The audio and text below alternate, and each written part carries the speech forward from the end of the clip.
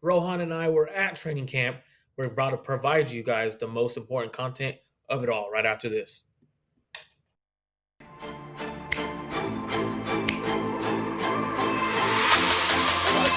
Let's go get him. Let's go get him today, man. Let's go. Hey, dominate on three. 1, 2, 3. Dominate.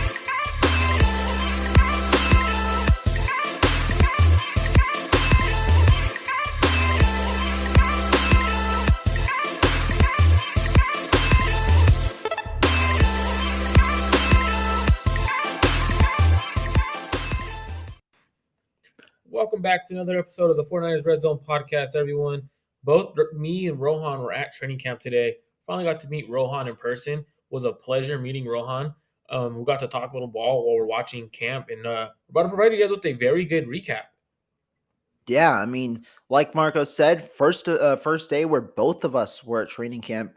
I've always said 2 eyes are better than one. I've appreciated everybody who's followed along with my training camp coverage, but now we've got 2 eyes to really see what was going on. So, as always, how we're going to do this is, guys, make sure you drop all of your questions about what you were thinking about in the chat.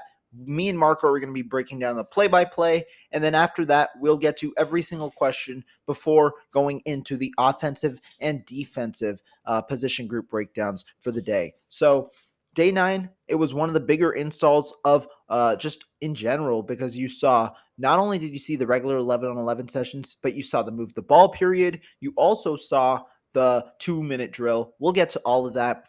So stay tuned, drop all your questions, and let's get right into it.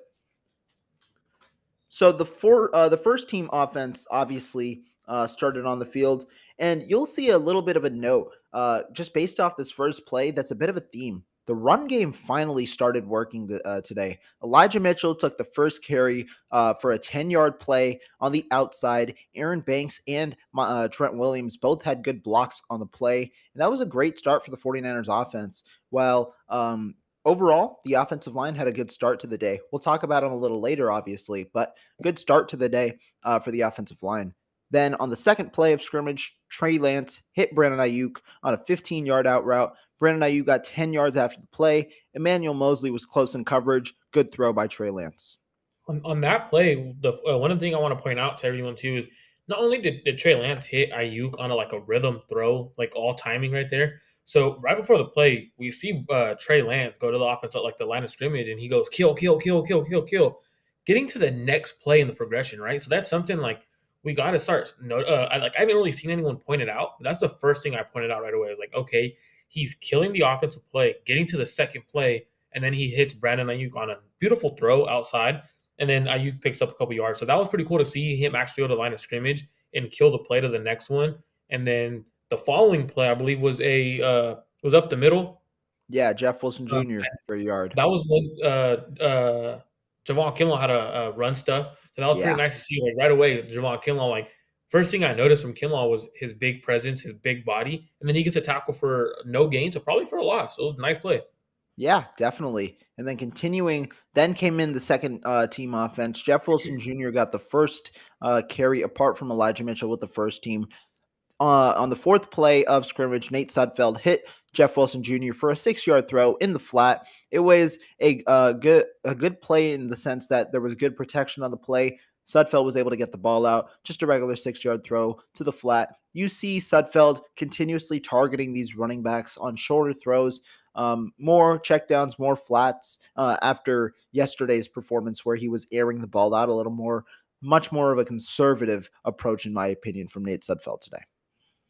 And what I noticed with Nate Sudfeld is like he's Mr. Consistent. Like every throw is very consistent. Every rep is very consistent from him. And that's probably why Kyle Shanahan is very high on him and how he really likes what Nate Sudfeld does.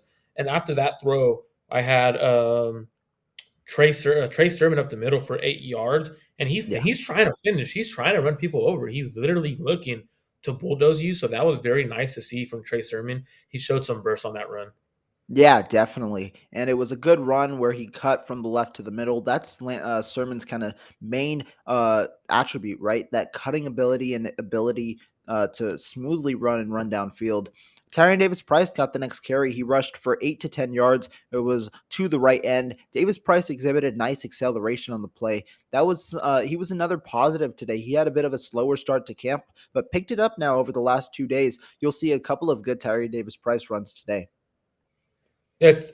Price impressed me today, and that's one thing we'll talk about a little bit later. And following up that play, they have the young undrafted free agent Mason come in, and he gets tackled for a loss by Kimoko Toure.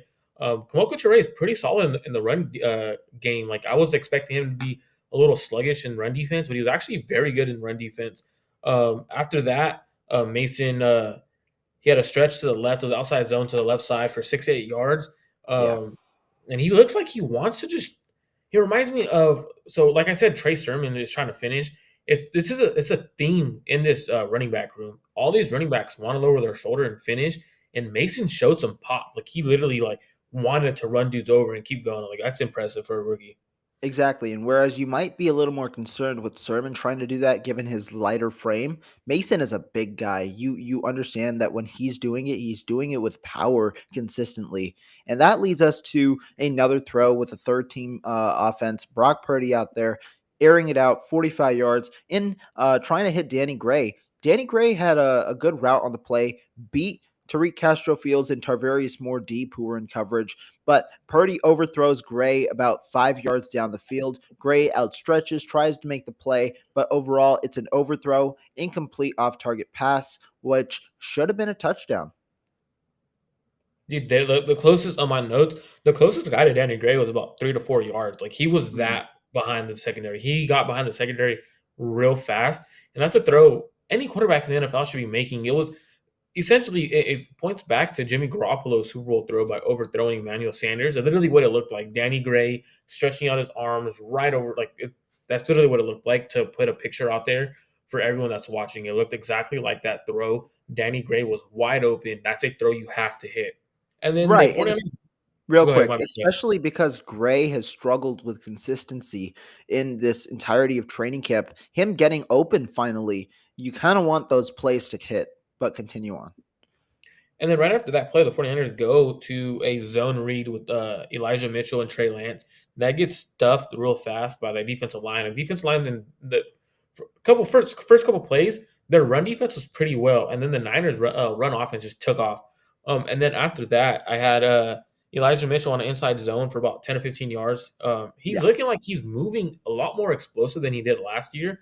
I don't know if that's because he's playing at his college weight, where he did look more explosive in college than his rookie year, but you could noticeably see it from last year. Like he looks like he has an extra step to him, and that's something that, in my opinion, is going to be a big deciding factor in this offense because Elijah Mitchell, he had a couple runs last year that were explosive, but then he gets caught. And this year, he looks like he's explosive, and he's not going to get caught on some of these runs.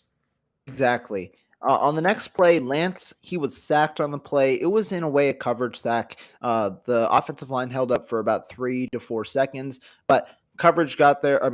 Pressure got there. Sack on the play. Lance extended the play, hit Jawan Jennings for about a 15-yard throw. Jawan Jennings got 5 to 10 yards after the catch. Jennings had essentially been locked up by Travarius Ward, but as Lance extended the play, Jennings cut to the inside, was able to free himself up for a nice gain. So on that play, Rohan and I both on that play, we started talking. I was like, "Hey, Rohan, I kind of saw that as a sack, but it's hard to dictate what a sack is in training camp, right? Because these are all training camp sacks. So essentially, Trey Lance could have actually stepped up in the pocket and actually have made that throw. But from my angle, it looked like a sack. So I looked at Rohan. I was like, I would have marked that as a sack, Mhm. but we're going to count that as a completion because he did throw the ball. He did complete it. Charvarius Ward was in coverage, pretty good coverage. That's one of the ones where it's a toss in the air whether you want to call it a sack or not because it was close.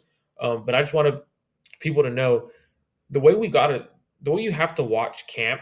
It's very tricky, right? Because you're at the point where you're watching the field, you're watching the quarterback, you're watching the receivers and everyone run this route.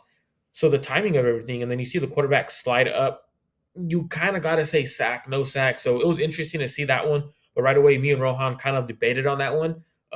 Rohan said he didn't see it as a sack. I saw it as a sack. So just to put out there like how a lot of times people were reporting that was a sack, right? But not necessarily is it a sack because training camp sacks aren't legit sacks because they're not actually grabbing Trey Lance and bringing him down to the floor. So Right, exactly. at that point, I have Trey Lance 2 for 2, starting the day 2 for 2, and then Jeff Wilson Jr. takes a outside pitch, 5 yards. Nothing much to it. He's just following his blockers. He looks like he's lost a step, Rohan. I don't know if you think that, but when I'm watching Jeff Wilson Jr., it looks like he did lose a step. He did. He has. That's the first thing I honestly noticed when I watched him last week in camp. The one thing about training camp and Wilson Jr., the one thing that is shown to me about Wilson Jr. is the way that he's going to make this team is one of two ways if he does. His vision, which seems a little improved, and his catching ability because the 49ers need that guy who can catch the ball in the backfield. And that is the one thing that Jeff Wilson Jr., at least in his career, has shown to do, especially in 2020. On the next throw, Debo Samuel got his first target. Sudfeld hit Debo Samuel for about 20 yards. This could have been a house call. Obviously, Samuel stopped about 20 yards down, but he ran through the defense, and this could have been a touchdown for Debo Samuel. Ambry Thomas was on the play. He was on soft coverage. I mentioned this yesterday. A lot of times the 49ers, what they're doing right now, probably because they don't trust Thomas at the catch point, is not allowing him to play press man. Instead, he plays soft coverage, allowing the receivers to kind of get away from him on crossing routes and on slant routes and things like that. And then once they divert to the middle of the field, it's harder because then it's not only on Thomas, it's more of a zone play for him because the safety is also there. Samuel broke away on this play on a 20-yard in route and then cut away across the middle, running for a touchdown to the left side. Yeah, so the way it was ruled, right? So he tapped like Debo Samuel on like the back hip or whatever. But I was telling Rohan, like that's a house call. There's no way. I've never seen a corner touch Debo Samuel on the back. Like, I'm looking at this like if it was a live situation, a live game situation. I've never seen Debo Samuel go down on first contact. I've never seen it. So for me, I was like, I don't see Amy Thomas making that tackle. But Amy Thomas, one thing I did note on that play is not only was it during like the team portion, but even on one-on-ones, he's struggling, and I'm gonna Yeah. say he is struggling. Um, but that would have been a house call. The next play of the 11s, Jermichael Hasty takes a pitch for about 20 to 25 yards. He looks Yeah. super explosive on this play. You heard a lot of people go, "Ooh, ooh!" That's how Great explosive he looked. blocking. It was one of those plays that you could literally see the explosiveness from Jermichael Hasty. Yeah, definitely.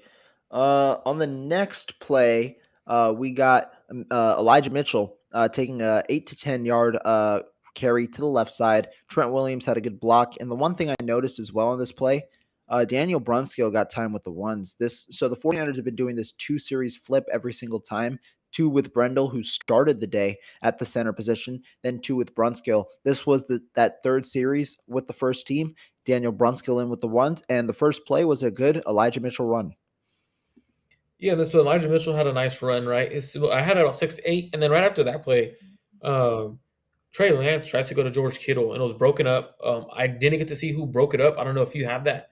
So Yeah, I have a I didn't breakdown. get the breakup. I know Moore was there, but he was on the backside. I didn't see who broke it up, but it was a tightly covered pass.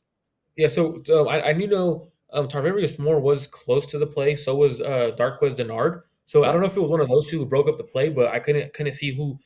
I like to make sure I confirm a number before I right, actually say that player made a play because I'm right. not trying to give someone credit for someone else's play. And then the following play, Trey Lance goes deep to George Kittle, who was wide open. This is a throw you have to make. Clean pocket, everything is there. No excuse on this one. You have to hit this throw. If you hit this throw, it's an easy walk into the end zone. Instead, Trey Lance overthrows it by about 3 to 4 yards, I would say. Kittle almost got his hands on it, just overthrown. Got to be better. Yeah, and I mean, when you talk about Trey Lance the last 3 days, he has struggled with his deep accuracy. And before it had been in tighter windows, this one was not a tight window. This one was a fairly easy throw, and Lance just missed him. It's the consistency with Lance that kind of has to just develop and getting the touch because. Overall, right, we know he's got the talent. We've seen him make the throws before. You've seen it in so many videos. It's just now developing the consistency and continuing to make those throws. It'll come though, obviously, when the relationship continues to increase with George Kittle. On the next throw, Nate Sudfeld came back in with the twos. threw a pass, incompletion to Ross Dwelly. It was a 7 out, but Sudfeld had targeted the throw to the Dwelly's inside. The ball has to go outside on an out route. He targeted on an inside route. Demetrius Flanagan Fouls was able to get in there for a PBU. The following play, I had it at a rush. Right. I didn't see who ran it, so I Yeah, do have vision TDP got problems. that. TDP got that carry. It was a rush, but it was stopped for no gain. Jordan Willis beat his. I believe it was Sam Schluter. Beat the left tackle on the Mhm. play. Immediately got there in the backfield for essentially a 0 yard or a tackle for loss play. Yeah, I have a vision problem, so I have to wear my glasses and like my eyes kind of zone in. But I do have that. Jordan Willis did look good in the run game. He shedded the block very nicely. That's something that I like to see from a guy who's trying to make the roster. Right at the end of the day, he could get to the quarterback, he could play special teams, but can he stop the run? Because at the end of the day, we need guys who can come in, stop the run, while guys like Nick Bosa get a rest and stuff like that. The following Right. play, I had on Brandon Ayuk, who beat Denominator Lenore easy. This Yeah. was one of the best routes I've seen Brandon Ayuk run off the line of scrimmage. He beat him, and it was an easy completion of 25 yards. And that's to me, seeing Brandon Ayuk do that this year. I didn't see him do that last year when I was in camp. I did not see him win on the line of scrimmage. I know for a little while, beginning of camp, I had people ask me, "Hey, is Brandon Ayuk looking good off the line of scrimmage?" Absolutely. He won multiple times at the line of scrimmage, and that's something that I'm excited to see him keep doing. Yeah, and I mean, you talk about one on ones. He continuously wins one on ones, and he's done really well in 11 on 11s. And guys, real quick, if you guys are just tuning in, remember, drop all your questions in the chat. Me and Marco are going through the entirety of the 11 on 11 section. Then we're going to get to all of your questions before going through the positional breakdowns for the day.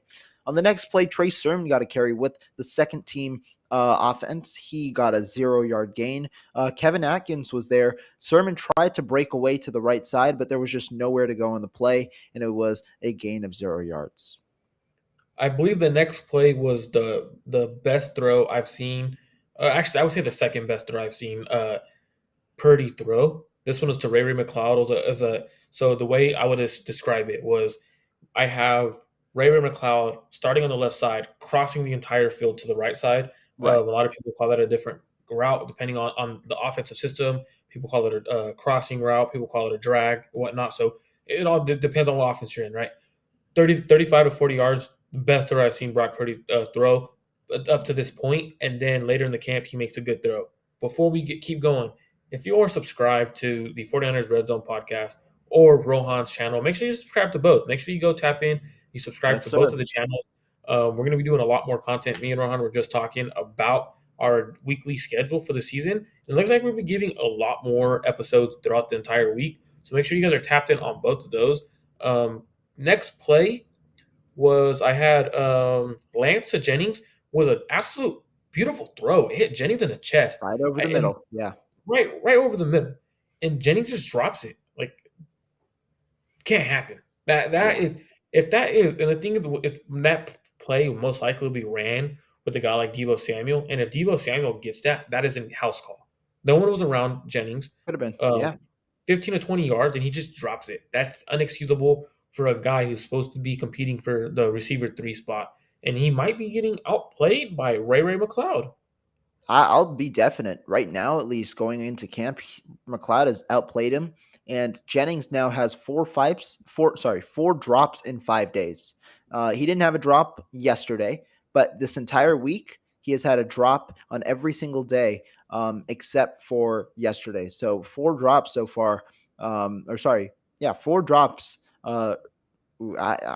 I'm mistaken it, but he's had a drop every single day this week except for yesterday. So it's been an interesting thing about Jennings. That's the one issue, and you don't want drop issues on good passes, especially when Lance is still trying to figure out his accuracy and his touch.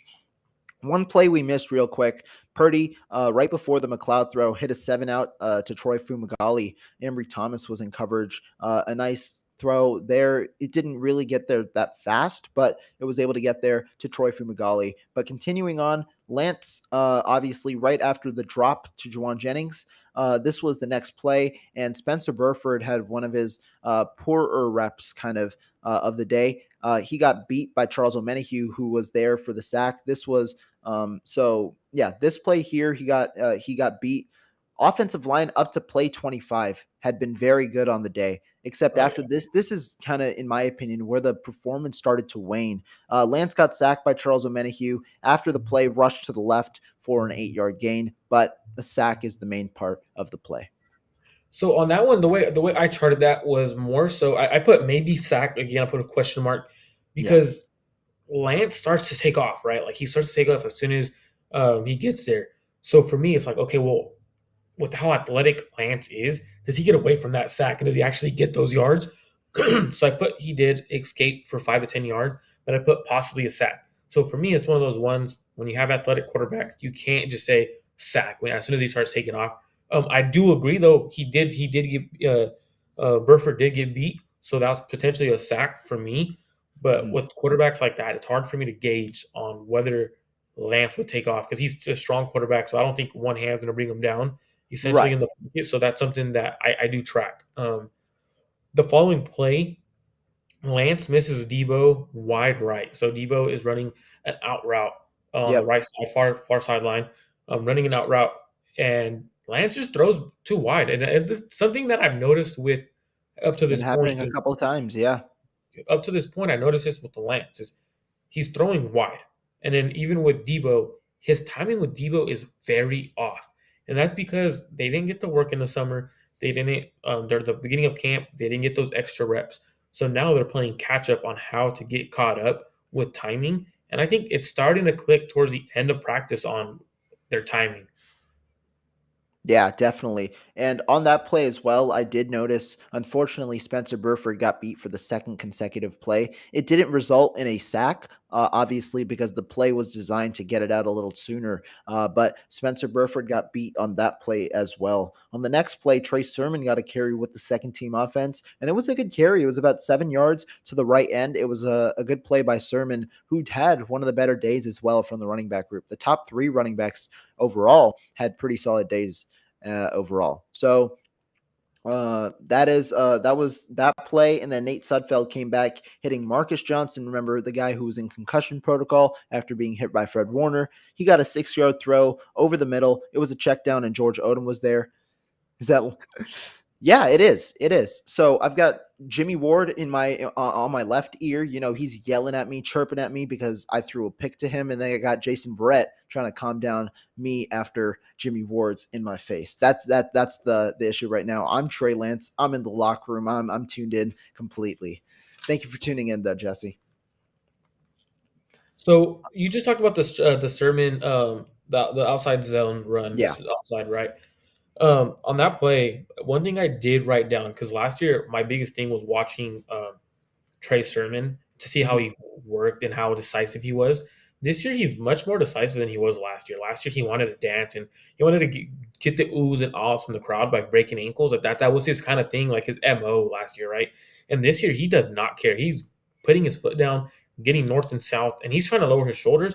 And that play to me was like, whoa, that is Trey Sermon I saw at Oklahoma and at Ohio State. And if the 49ers can get that from Trey Sermon, this running game is going to be very dangerous. Yeah. The one thing that we didn't see as much today, as we've seen in some previous days, was Sermon with the ones.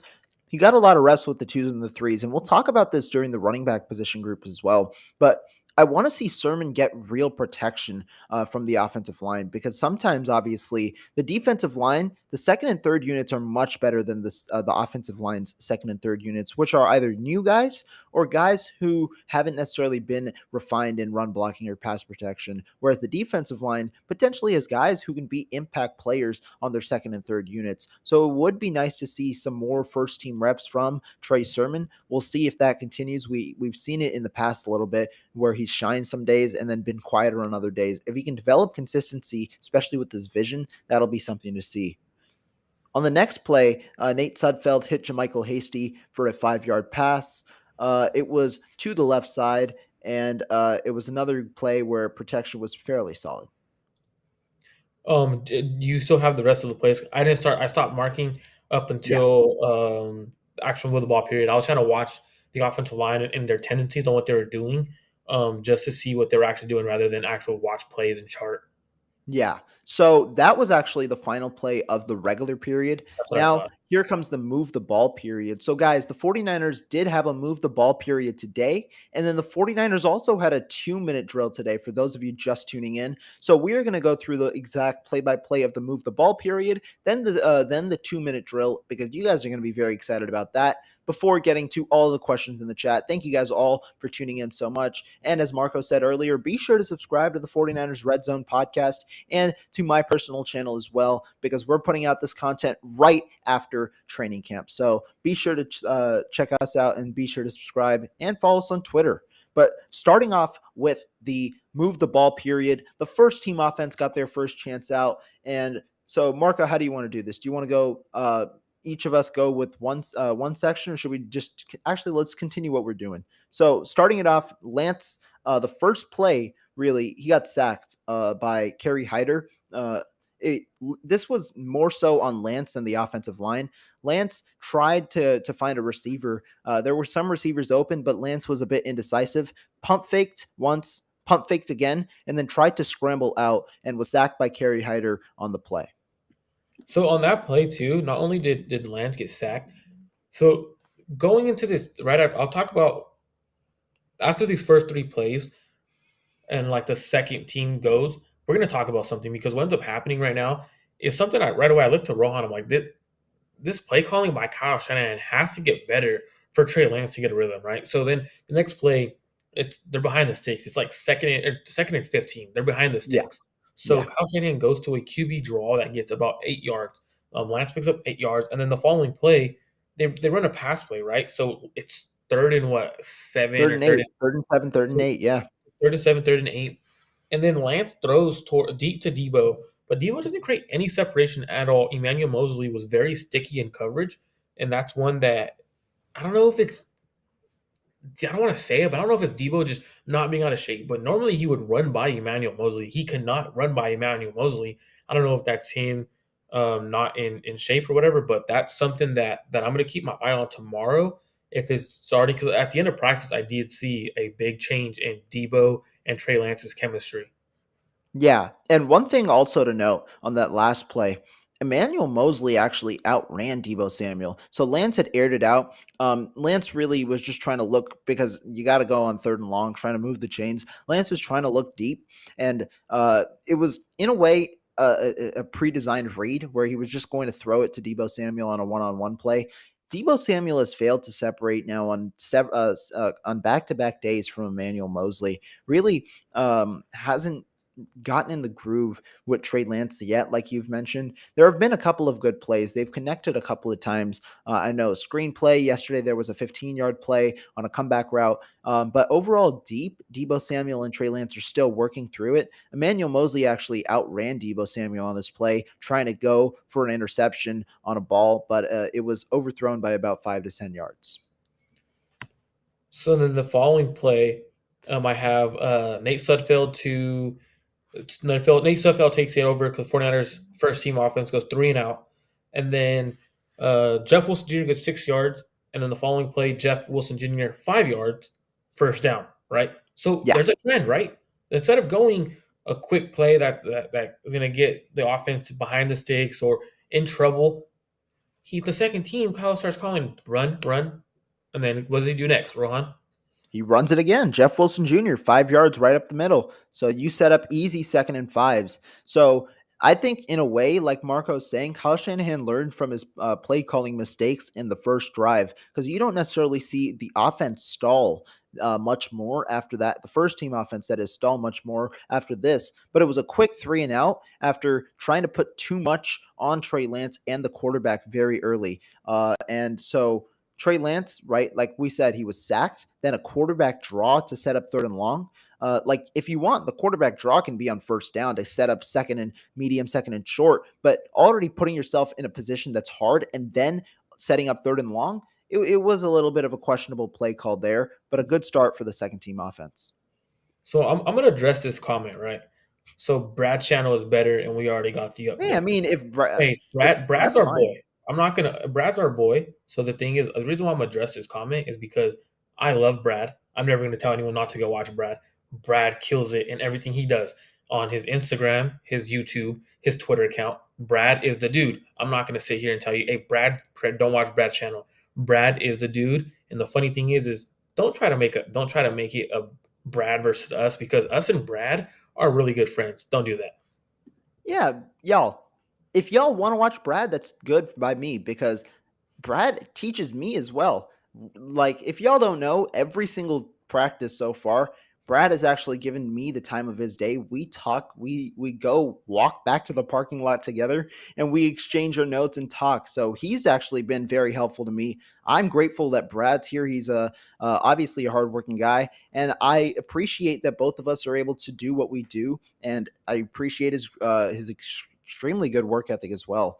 But I just wanted to continuing, address it just to yeah, let people know, like we are big Brad supporters. We are good friends with Brad. SDS, We're man. not trying to Shout put out a divide SDS. into it at all. But And real quick, also one thing, shout out to Brad. He signed my brother's T-shirt today. I forced him to. He signed my brother's T-shirt today. That was dope.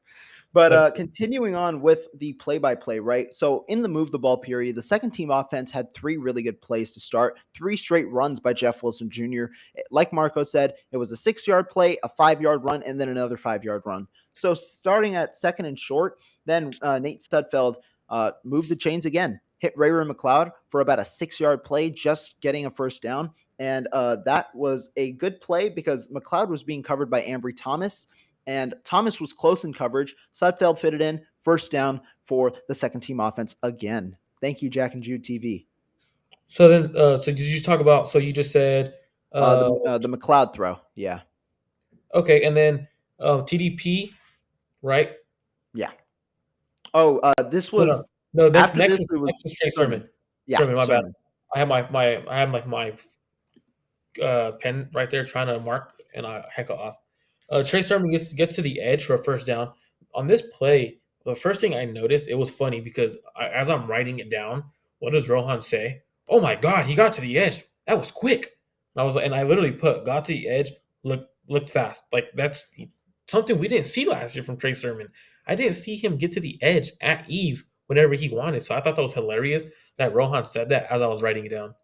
Yeah, exactly. And I mean, this you don't necessarily see many calls so far for Trey Sermon to try and get to the edge, right? You've seen a bunch of inside zone calls where Sermon is weaving through the offense, but this in a way was more Sermon than the offensive line. The offensive line had good blocking on the play, but Sermon was able to get to the edge and then beat everybody for a 10-yard gain. This was a first down run off a first down play. So a good job by Trey Sermon there. Nate Sudfeld on the next play, it was first down.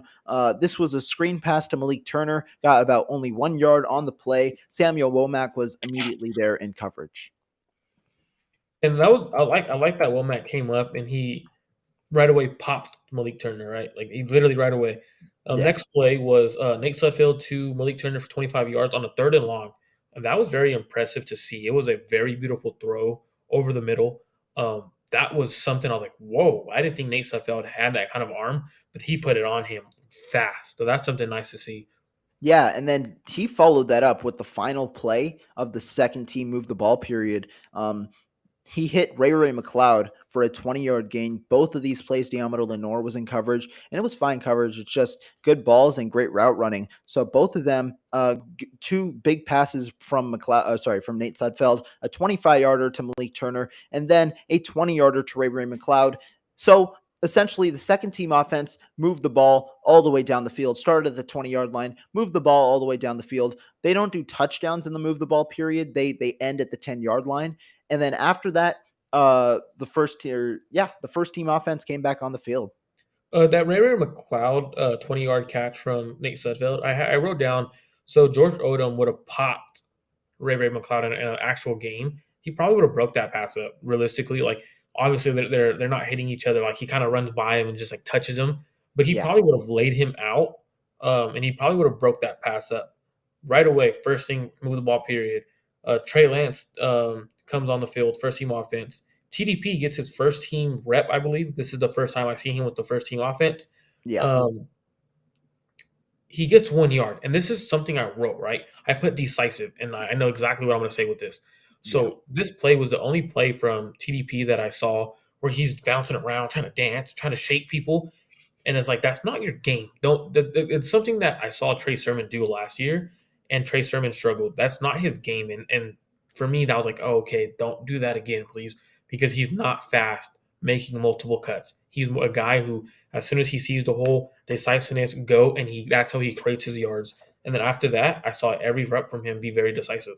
exactly. And the funny thing is, yesterday he had the exact same thing. He got one first team carry, and he was indecisive on that first carry. He got 2 yards on that first carry while trying to weave in. And overall, when you talk about Tyrion Davis Price, it's good that he's a quick learner. That first play, like we said, he hesitated, got 0 yards because when you hesitate against this defense, what happens? Those linebackers get there immediately. Fred Warner, Drake Greenlaw were there on the play, but then on the second play of the move the ball period, it's 2nd and 10. Remember that. Tyrion Davis Price gets 7 yards, gets to the edge, and is able to obviously set the 49ers up with a nice third down.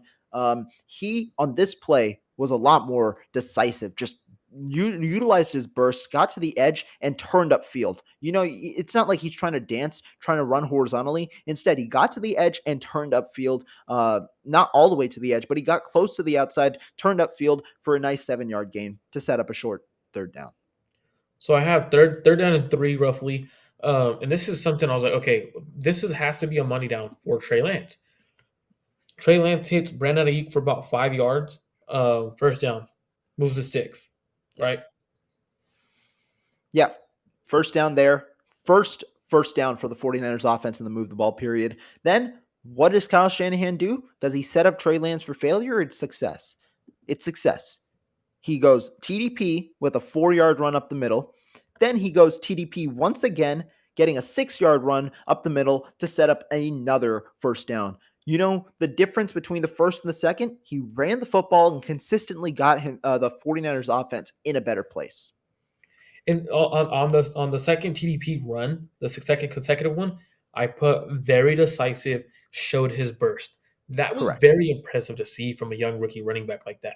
At the end of the day, I was looking for TDP to be very decisive and very um, strong, right? Because everyone keeps talking about how strong he was. That's something I was looking for. Following play, what does Kyle Shanahan do? You've been running. Hey, last time I checked, when I watched tape on Trey Lance coming out of college, his best suit was play action game. He goes play action to guess who? Debo Samuel for 30 yards. Play action. That was a beautiful throw, by the way. It was over the middle, or no, like a crossing route to the left side. Caught it, picked up about an extra 5 to 10 yards, I believe. But that was Yeah. beautiful to see Kyle finally go play action with Trey Lance. And the other thing, right? You've like Debo Samuel, we've mentioned it. He's still in a way coming back, just shaking off the rust. The other thing, Kyle Shanahan's not only putting Trey Lance in positions of success, he's putting Debo Samuel in positions of success. Rather than just having him run a go route and trying to shake off the rust in that way, he finally set Debo Samuel up on a crosser route. That's where Debo Samuel is at his best, and that's where this 25 to 30 yard catch came from because he's able to utilize his speed over the middle and also just get open in that way rather than just having a go route against Emmanuel Mosley. Good job by Kyle Shanahan and the Trey Lance Debo Samuel connection. It's alive. 25, 30-yard catch. And then after that, what do? Go back to their foundation. First down, Trey Sermon, rush for 4 yards. So that play, I believe, was Tarvarius Moore in coverage, if I'm In not coverage, yeah. mistaken. Yeah, so Yeah, Tarvarius Moore in coverage, and then Trey Sermon picked up. Did you mention the Trey Sermon run? yeah. Okay, and then I'm trying to fix my notes, and then we have. I cannot read Then this. right after that, we got Trey Lance. This was a play action play. Lance faked the handoff, came through, but then the defender, I believe it was Samson Ebukam, right in his face. And so this was actually an impressive throw by Lance. It ended up amounting to nothing. It was a completion to Kyle Juszczyk, who was immediately stopped at the Oh, line of yes, that's scrimmage. juice. But the defense was right in his face, and instead of throwing the ball over his head, Lance kind of sidearmed that ball. It was a cool sidearm, and if Juszczyk, I don't know if he would have been able to break away in a game, but it ended up becoming 0 yards on the play. But it was a cool throw from Trey Lance to avoid the defensive hands after a couple of practices where he's had batted balls. So it's funny. So this Zachary puts, I can't read my own handwriting either. So normally I write on a desk or I write on something. So I'm holding my phone, holding my hand, trying to write, and I put juice and I wrote so fast that it looks like it says KRE. Like that's what it says. It says 0 yards, and then like after Rohan started explaining, like okay, now I know what it says. But like that's hilarious. I put KRE sidearm, like to make sure I could read what I have. So I was like trying to see who it was, but yeah, it was a beautiful throw. He had pressure right away in his face. Sidearm throw. Next play, um, Trey Lance hits Jermichael Jermichael Hasty Hasty. for 1 yard. At this point, we're starting to see Trey Lance dial in. Right, he started to Yeah. dial in. And it wasn't one. This was the play where Hasty, I mean, he initially got one, but then this was the play where we believed it was a first down on the play. They called it a fourth down on the play in the move the ball period. Hasty had gotten past the first down marker. He had gotten the first down. But they called it a fourth down. So then on a fourth down, what does Kyle Shanahan do? It's 4th and inches. He runs it right up the gut with Trey Sermon for a 3-yard gain, and that ended the 49ers move the ball period for the first team. They were able to successfully move the ball all the way down the field from their own 20-yard line. But I do like one thing I did tell Rohan. I do like that they had the offense do a quick 4th and 1 situational football that you have to have, right. A lot of times you don't get those situations in practice, and you have Right. to set them up like unrealistically. So that was a realistic setup. Like realistically, didn't have to go put 4th and 1 and make it happen. The second team led by Nate Sudfeld comes on for the 2-minute drill. So Nate Sudfeld. So Mason runs hard, he's making the team. He's making the team. He runs hard. He runs really really hard. Yeah, definitely. And then this is the third team, by the way, if we didn't mention, this is the third team offense now on for the move the ball period. Brock Purdy then comes in, hits Oh my bad. Austin Mack. It was two.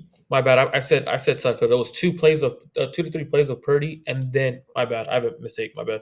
Yeah, you're good. But Mason, like he said, a nice 8-yardish, 7-yardish, 8-yardish run up the middle. Then Purdy comes in. He hits Austin Mack for a 5-out, and that was a first down.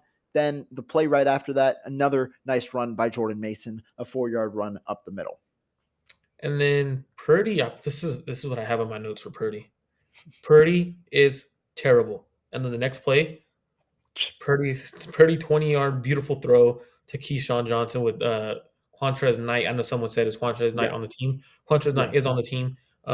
He is solid, but a beautiful throw. Probably the best throw I've seen Brock Purdy make, because it's actually a harder throw than the Ray McLeod, who was wide open, have to catch. So that was funny because I put Purdy is terrible. His arm is a noodle arm, very noodle-ish.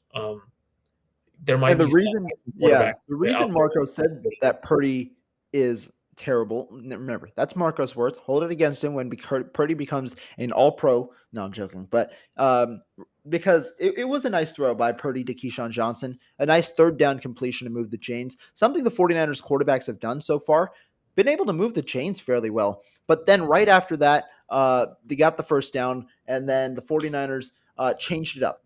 The 49ers then, I believe, 2-minute drill was it? with the Yeah, second team.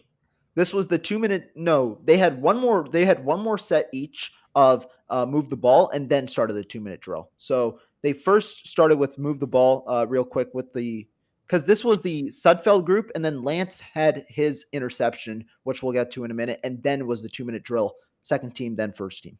Oh yeah. You're right. The way I broke up my note, the way like it looks Yeah. all.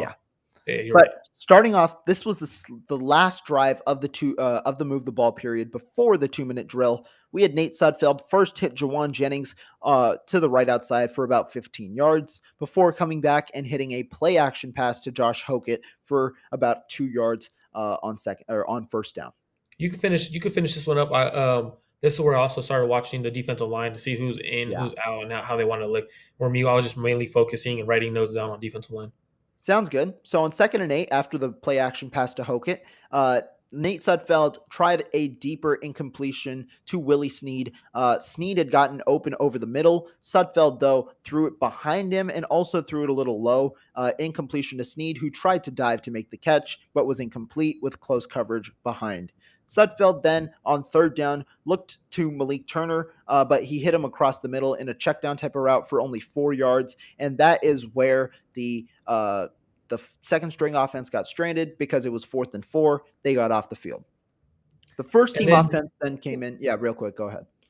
Brandon Ayuk. So the route was kind of tricky. So there's like three guys in coverage, and then Trey Lance goes to Brandon Ayuk, trying to fit it in. So I was talking to Jesse. Right, I called Yeah. Jesse right after camp, and I was on my way home or whatever.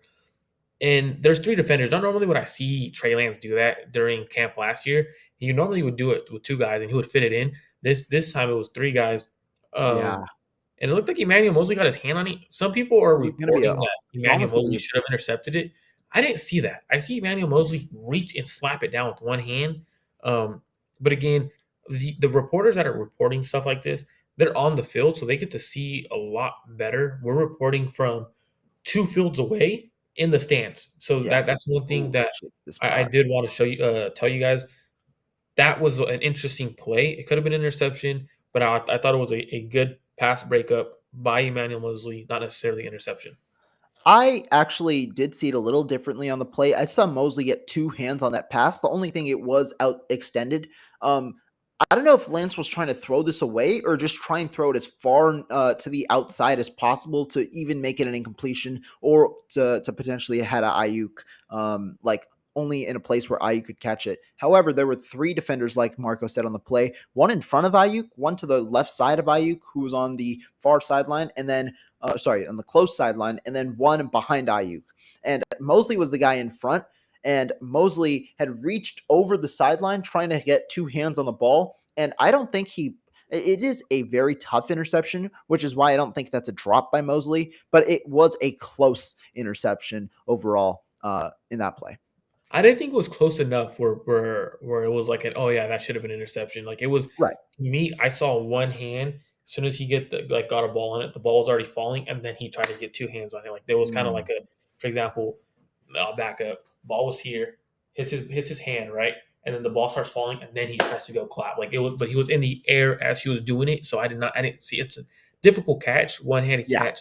Also, everyone that's tuned in, thank you guys all for tuning in. Make sure you guys are subscribed to both YouTube channels, the 49ers Red Zone podcast and Rohan's channel. We're going to be doing a lot more content during the season. We're going to be bringing on some cool guests during the season. Cool guests. Hey, stay tuned tomorrow. We got a cool guest for our show because both of us are at camp tomorrow. Stay tuned. We've got a cool guest for our show tomorrow. But continuing on after that, so it was 1st and 10. Lance threw the incompletion to Ayuk. And then on second down, Elijah Mitchell got a carry. He got about 2 yards on the play, setting up a third and long. And what happened, Marco? What happened on the third and long here? 3rd and 9, and I was telling Rohan, this is where Lance got to be money, right? Got to be money. What ends up happening? Pick six to Ward. So like I explained it to Jesse, right? So it was an all out blitz. It was all out Yeah. blitz. That's the only thing I did not mention to Jesse because I wasn't reading my notes at the time. All out blitz. We see Trey Lance. This is literally what it looked like. Trey Lance is left, tries to take it down and just goes. He tries to throw a bullet to you. Used so Rohan saw Elijah Mitchell. It could have been Elijah Mitchell in coverage. I saw a 5, so I know for sure there was a 5. I didn't know if it was Kittle or if it was Elijah Mitchell, but that means that Jimmy Ward was covering the running back out of the backfield, which could have been if because they were sending an all-out blitz. So what ends up happening is pick six, super bad throw, super bad. In my opinion, that's one you cannot have at that point. But rather better off taking a sack in that situation. Right, or throwing it even away because Lance essentially tried. He was afraid, not afraid, but he saw the pressure and he was not facing the way of the interception. He had initially looked to his left and then tried to come back, and like he knows that the flat is there, but obviously he didn't see who was covering the flat, and instead of looking, he just tried to throw it to the flat as soon as he turned, and Jimmy Ward, just being the robber in a way on that play, just read Trey Lance's eyes. And we will actually be answering all the questions right after this 2-minute drill. Every single question so far in the 2-minute drill, and so far were very close, but Lance on that play, interception. Then we start the 2-minute drill. There were two sections of the 2-minute drill. The second team offense started, and the first team offense finished. Let's go with the second team offense first. Nate Sudfeld. So, guys, let me break down the situation. You're on your own 35-yard line, so you got to go 65 yards. You're down 4 points. It was 24-20, and there's a minute and 15 seconds on the clock with no timeouts. So that is the play. Just so we give a fluid 2-minute drill, you do second team, and then I'll do the first team. Got it. Starting off, Nate Sudfeld, 1st and 10, throws an incompletion to Malik Turner. This was a low throw to Malik Turner. It was a little behind him as well. Malik Turner tries to make the catch, incomplete. Then Nate Sudfeld comes back, hits a 5-yard completion on 2nd down to set up 3rd and 5, and the clock was running. That play was inbounds, so it's 3rd and 5. And then Nate Sudfeld on 3rd down tries to throw a completion deep. Diameter Lenore was in coverage. This was to Malik Turner, and the ball was underthrown. Malik Turner was running up the far sideline. Sudfeld tried to hit him, and the ball was underthrown. Lenore had great coverage on the play. And then, that was 2nd and 5. My fault. That was 2nd and 5. On 3rd and 5, Nate Sudfeld was sacked for a loss of 7 yards. It was just a blitz on the defense, and Sudfeld kind of folded on that play, tried to find a place to throw it, but defense was there first, and it was a sack on 3rd and 5. Should have got it out earlier. And then on 4th and 12, Nate Sudfeld tries to throw it up, essentially just a Hail Mary type of play to Juwan Jennings about 15, 20 yards down the field. And the ball is just out of the arms of Jennings. It's not a drop. It's too far out in front, a little bit of an overthrow. But overall, it was so crowded. 4th and 12, incompletion. The second team offense failed to move the ball. On the Jennings overthrow that Rohan's talking about, so one thing that I did notice was Jennings kind of slowed down, and Rohan's little brother, who was sitting next to Rohan, he said to him, he goes, "Why did he slow down?" Like he kind of like slowed down and stuff like that. So that was very interesting to see. And then so first team offense comes on. First play of 2-minute drill. Trey Lance to George Kittle, 15 yards. Nice throw, nice complete, but stays in bounds. So the clock's running. Right? So ticking. And then Trey Lance to Jermichael Hasty. Jermichael Hasty hits him in the hands, drops it. He's trying to turn and run. For a guy being your receiving back in the 2-minute situation, you do not want to see him dropping passes like that. But the way I saw that was, okay, with the clock running, you would have been tackled in bounds. This is what you got to – the way I saw it is that's a good drop because essentially you're going to get clock off the time. You're going to run the clock off. You're not getting out of bounds. So that's something I saw as, okay, not that bad of a drop. And then we have Trey Lance to Deebo Samuel for a first down. And I believe there was real quick in front of that.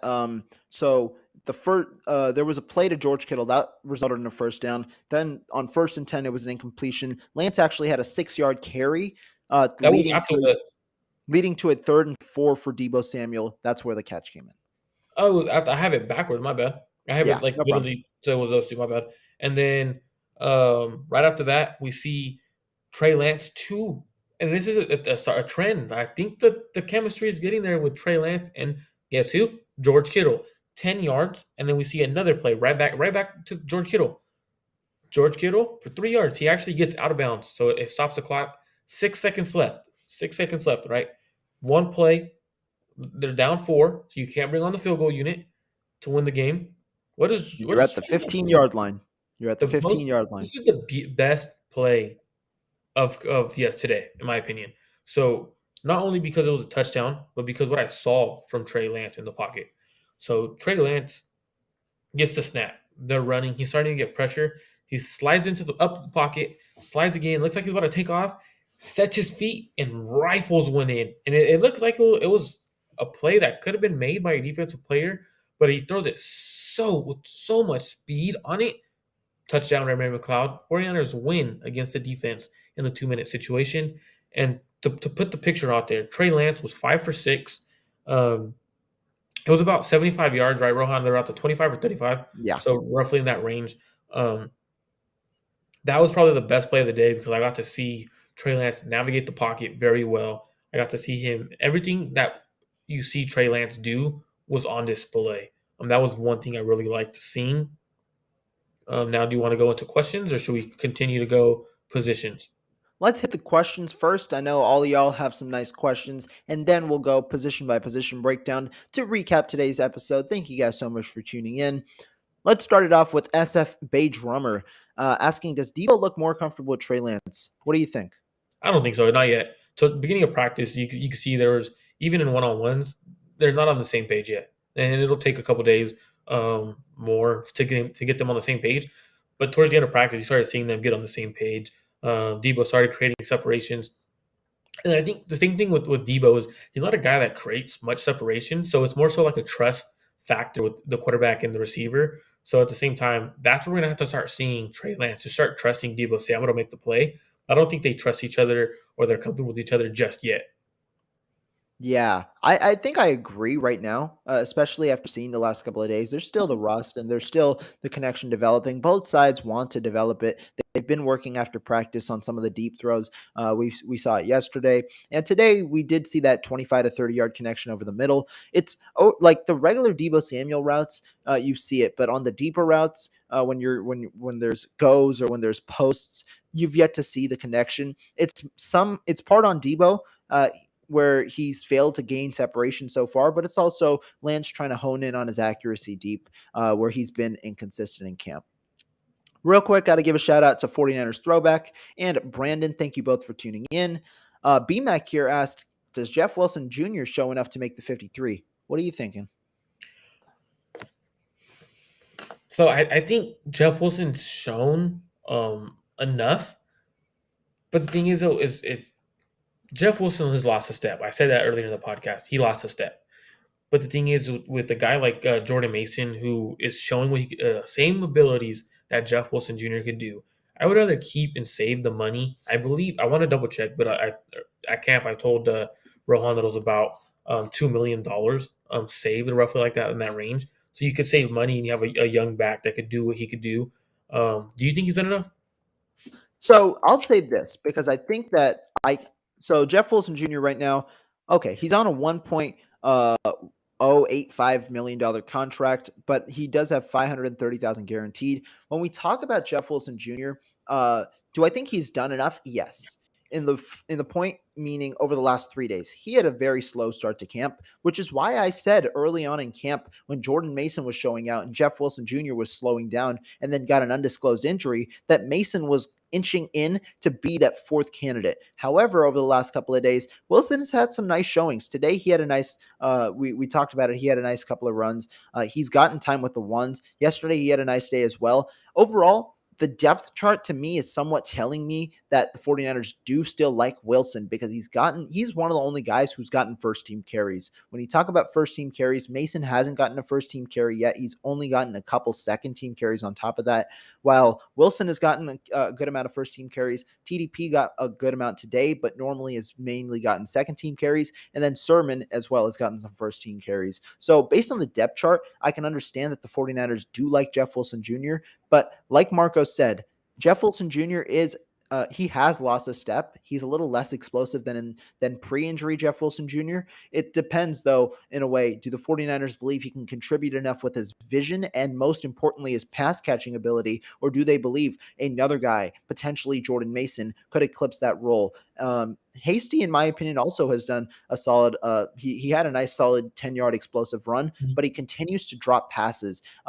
Today, he had a pass literally drop right out of his hands during one-on-one drills, and then earlier this week against Fred Warner, he had a pass just drop right off his chest. So that's the issue with Hasty. Additionally, he has shown to have a fumble issue in the past, which might be an issue for the 49ers. And so when he, in my opinion at least, is somewhat of a one-trick pony and can't necessarily catch, nor can he pass block, and also has somewhat of a fumble issue, that's where, in my opinion, Hasty's on the outside looking in. But as for the question, I think Wilson has shown enough. And I think he's definitely in the battle for running back 4. It's very interesting to see how camp finishes and where the 49ers go at that position. And the thing with Jeff Wilson too, I mistaked his contract and Daniel Brunskill because they signed like that 10 or whatever. Right. It was like their contract. But the thing with Jeff Wilson is he's a guy that I think the 49ers, they could move on from him, right? Because you do lose the dead cap of 500,000 that's guaranteed. But with Mason, you keep a young back who you have team control for the next couple of years, right? You have him for the next 3 to 4 years That's the big under thing. under team control, and you know he what he's capable of. So it's kind of like what they did with Jermichael Hasty that year. Jermichael Hasty was an undrafted free agent. They didn't really want to let him go because they knew a team would pick him up because of his pass catching abilities. Well, Mason's going to show out in preseason. That's one thing I'm sure of. Mason is going to show out in preseason, and I don't Because think he's the going to 49ers get a lot want of to do it. touches. Yeah. And then we have a 49ers throwback who's saying he's never getting noticed. Come on, my guy. He's You know we always joking. appreciate you. Yes, And then we sir. have Emiliano here asking Purdy has limited arm. He might have to put his body into the throw to compensate, which might throw off the mechanics and cause the overthrow. Overall, this could be the case. In my opinion, it's not. It's not that. I think he's not putting his body into his throw. So when you see the throw, it comes out in a way like a floater, right? Like the ball takes just a long time to get to the quarterback, and also I honestly think his release is slow. I don't know about you. I think his release is fairly slow. ooh, Yeah. So when you compare like the release, like I think Lance has a faster release. I think Sudfeld has a faster release. When you compare how long it takes for him to get the ball out and also compare the amount of time it takes for the ball to get to the receiver, it's just right now, at least in my opinion, not showing traits of an NFL level quarterback yet. I think that he's going to be I don't think there's a quarterback battle at all for two. I think he'll be a practice squad guy right now. But overall, yeah, I think Purdy. It's interesting, right? Because today he overthrew it. Every single other pass, though, so far that's gone deep from Purdy has been an underthrow. Hence the 2 interceptions that he's thrown on one day where he threw deep. He's been primarily conservative, not trying to throw deep because he understands he has limitations in that range. and then this one a real quick answer before we get to the next one. Is Quantrill Knight on the team? Yes, he was. He looks solid. I think he's very nice, but just a simple question, right? Right. He's on the team though. Who's a surprise player that will not make the team? This is an interesting question, Rohan, because that surprise player could be come from anywhere on the roster. Who do you think it's going to be? This is hard. This is definitely hard because honestly, in my opinion, when we talk about surprise players, I think there really isn't many surprises. I think the one guy that I'll go with right now is Ross Dwelly. I think a lot of people might consider him just to make the roster just because he was there for the last couple of years. But I know that the 49ers inside the building don't really view him as a anything but a backup tight end. And with other guys being younger and potentially even showing more promise in camp, I can name a couple in Tanner Hudson, who's had a couple of catches, although also a couple of interesting plays in addition to having a nice pancake, something Dwelly won't have. Tyler Croft has had a couple of plays, but mainly also was brought in for blocking ability, has shown receiving in the past. Fumagalli has had a couple of nice plays as a reliable check down weapon.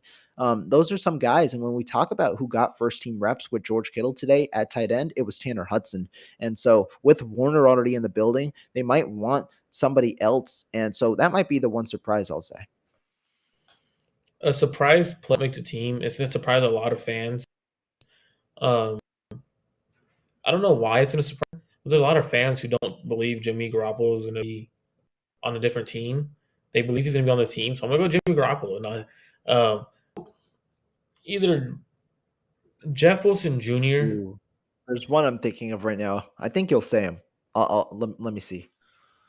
I don't think I'm going to say. Who you thinking? I was thinking you're going to say Denard. I think that too because we see Womack getting runs with the ones, but I But I don't think it's still going to think be they a might. surprise. I don't think that was a surprise. I think people would be more Mm, surprised if Jeff Wilson was cut or traded to a different right, team because he's been on the right. roster and he's had those big games, 80-yard games. So like that, he's shown the ability, but the health hasn't been there. And that'd be a surprise cut because it'd be a rookie making it over a veteran who has shown he could do it in the NFL. That's true. That's true.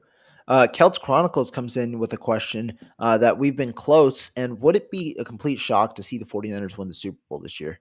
What do you think? I'm going to say no. I wouldn't be a complete shock to me. And the reason is because I think the 49ers have the best defense in the NFL. I do believe defenses win championships. I'm a firm believer in that. I do believe that the run game wins championships. And what do the 49ers have?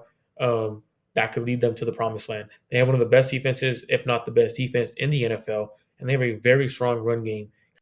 Kyle Shanahan's run game will always get the best of his running backs, and then a young quarterback who he shows he could do everything that Jimmy Garoppolo was able to do and more with his legs and whatnot. So they have a complete team, and I would not be shocked if they go deep into the playoffs. And I would definitely not be shocked if they won the Super Bowl this year. And that's not me just being a homer. That's not me just saying I'm a big 49ers fan, and that's why I'm saying this. I think this because I do believe the biggest things you need to win a Super Bowl is a very strong defensive line and a defensive unit with a run game, and that's what the Niners have. Yeah, and I mean, when we talk about the 49ers and their defense, right? Just fast back flashback to 2019. 49ers went 8-1 to start the year with Garoppolo throwing 229 passing yards a game, a feat that was accomplished by several quarterbacks that year because they had an elite defense. I think that a defense can definitely carry them at least into the playoffs, and then Lance's game, which hopefully is developed enough by then, can have enough flashy plays where he can make us kind of get over the top. I wouldn't be shocked at all, but I still think but what I'm saying is I still think there is work to do offensively in the passing game, especially not only with the offensive line, but also with Lance trying to get like dialed in with his accuracy and things like that to be a fully finished product. So it wouldn't be a complete shock to me, but I'm not saying that the 49ers right now are Super Bowl not contenders, Super Bowl favorites. I won't say that, but I could envision them in the Super Bowl and potentially even winning it, obviously. So the running back depth chart. So the obvious number one is Elijah Mitchell. I think he's Yeah. by far Oh, the it's best running back on the by team right far. now. Yeah. And then I believe it's Trey Sermon. That's how it kind of looks. We see Trey Yeah. Sermon get in there. So it's Elijah Mitchell, Trey Sermon, and then it's kind of like Jeff Wilson, TDP, and then like those two guys, like they jump in there in and out with the third team, the second team, like they're mixed, and then it's Mason. So it all depends on how people view TDP and Wilson. I personally thought TDP looked like the running back three based on how many reps he was getting with the ones for a little while. Like he was strictly Correct. with the ones for a good portion of practice. So to me, that shows he is running back three, pushing for running back two with Trey Sermon, competing with that running back two. And then I would say, based off of what I saw, Mason's the better running back than Wilson. But I think Wilson has the edge Edge. Yeah. on the battle right now. And one thing I'll say also about the 49ers that I've seen with the running backs over the last couple of days, they don't have a defined depth chart. Something I think we'll go back to in this year that we saw in 2019, Kyle Shanahan's going to ride with the hot hand. Ty Davis Price had two good runs yesterday, and immediately that was with the third team yesterday, and immediately saw it carry with the ones. Today, Ty Davis Price kept the flow going, and you saw him there for 3-4 plays. Jeff Wilson had a stretch of 3 good plays, so they went with him. I think they're going to go with the hot hand a good amount. And so right now, if we're talking about the depth chart based on today, involving today, because yesterday I would have put Jeff Wilson above Ty Davis Price. Today I'm putting Ty Davis Price above Jeff Wilson because he got more first team carries. So I'd put Sermon at 2, I'd put TDP at 3, and Wilson at 4. Yesterday I would have put Wilson and Sermon tied at 2 with TDP at 3. But it kind of changes every day, and I think it's honestly based on the hot hand. And I wouldn't argue with anyone if they said TDP is running back too with how many carries he got with the Right. one portion of practice. Because I didn't see Trey Sermon too much with the one, so I wouldn't argue with anyone if they're like, oh no, TDP is a running back too. That's a very good argument there. Yeah. Portola here asks, would it be out of the question to trade Elijah Mitchell? I think it would be the biggest shock I've seen in a very long time because he is a lock to be the number one running back, and he's shown everything in camp. He showed the burst he had in college, that 4.3 speed that he ran. He has that. He showed it today.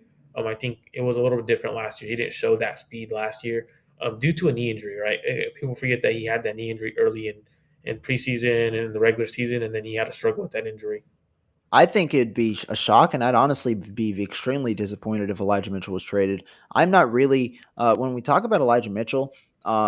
like we said, I've said this so many times. He's the clear cut running back one so far in this offense, this entire training camp. And the issue with the other running backs so far has just been consistency. Neither of the other three running backs have been truly consistent on a day to day basis, which is why you need a clear cut running back one. And so I definitely wouldn't trade Elijah Mitchell, honestly, if it wasn't for a second or first, which is never going to happen for a running back in today's NFL. So I think it would be out of the question. Zachary here brings up that we should average over 5 yards a run for the year. Do you think that this is kind of out of the question, or do you think that this is a true possibility with all of our running backs? Um, I think that's a bit high. It's hard to see teams rush for 5 yards per carry. I think they'll get close to it. I think they'll be averaging around 4.5 or in that range because of the explosive running game from the 49ers. But I think 5 yards a carry is essentially every two plays are getting a first down. I don't see it happening. It's very rare to see teams average 5 yards per carry. Yeah, that's hard. I think that Elijah Mitchell himself could average 5 yards a carry. I wouldn't be surprised by that. Although I mean, I would be a little surprised, but I wouldn't be shocked. But for the 49ers themselves like as a whole to run 5 yards a carry, I think that that would be extremely difficult. I mean, Elijah Mitchell last year averaged 4.7 per carry. And the So 49ers overall only averaged 4.3. And that's with Mitchell allowing or averaging 4.7. So So yeah, that's why I think like it'd be hard for them to average that 5 yards per carry, but I think they get to that 4.5 range.